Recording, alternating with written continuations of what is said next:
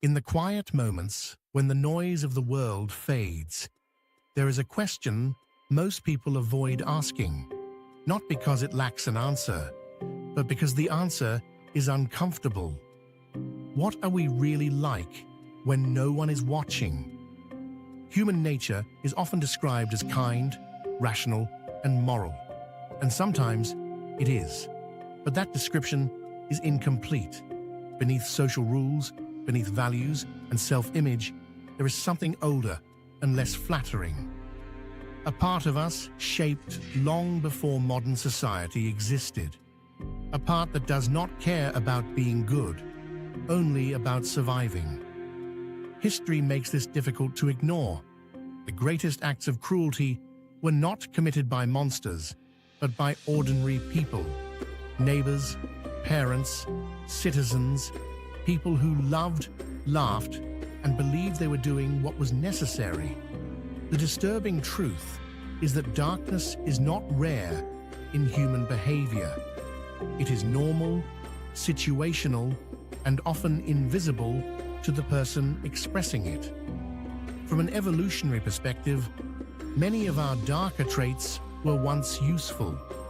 Aggression protected resources, deception increased chances of survival. Loyalty to one's group strengthened cooperation, but only by excluding others. These instincts were never designed for morality. They were designed for continuation. And they did not disappear when civilization formed. They adapted. One of the most unsettling aspects of human nature is how easily we justify ourselves. The human mind is not an objective judge. It's a storyteller.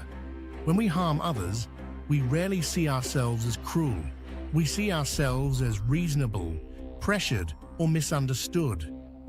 The same behavior that feels immoral when observed feels justified when performed.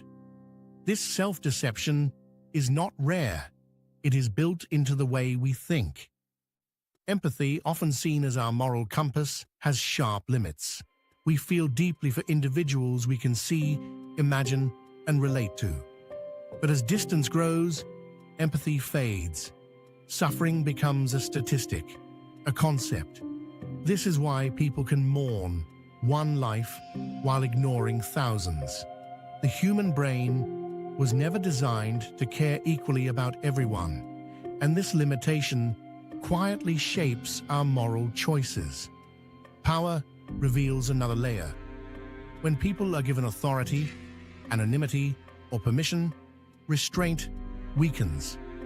Time and again, studies and real-world events show the same pattern.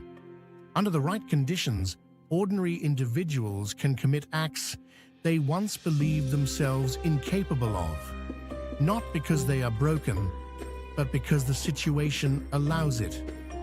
The line between decency and cruelty is thinner than we want to believe.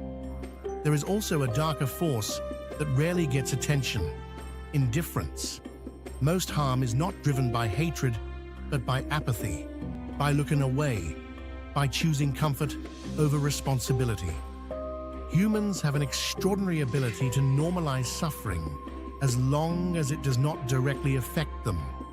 Over time, injustice becomes background noise, something acknowledged but never confronted.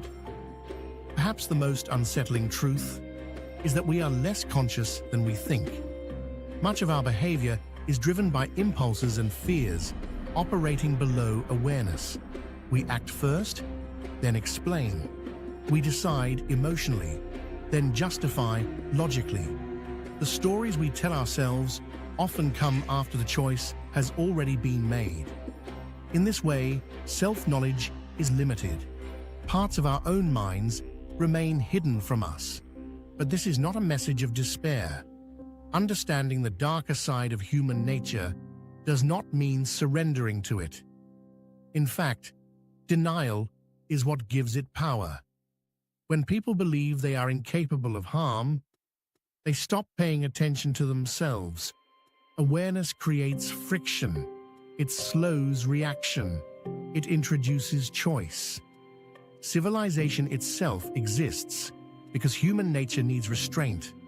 Laws, norms, and ethics are not evidence that humans are naturally good. They are evidence that we are not. They are systems built to manage what happens when instinct goes unchecked. And when those systems weaken, the darkness does not suddenly appear. It was always there. The truth is uncomfortable, but necessary. Being human means living with contradiction. We carry compassion and cruelty within the same mind. What matters is not whether the darkness exists, but whether we are willing to see it. Because the most dangerous lie we tell ourselves is that evil lives somewhere else.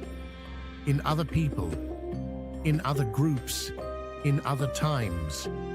In reality, the line between light and dark does not run through the world.